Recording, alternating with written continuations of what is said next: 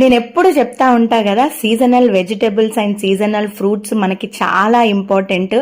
ఆ సీజన్లో దొరికే వాటిని ఖచ్చితంగా 2-3 సార్లైనా కూడా మన డైట్లో యాడ్ చేసుకోవాలి అని చెప్పేసి, అలాంటి వాటిలలో ఒకటి చింత చిగురు అన్నట్టు.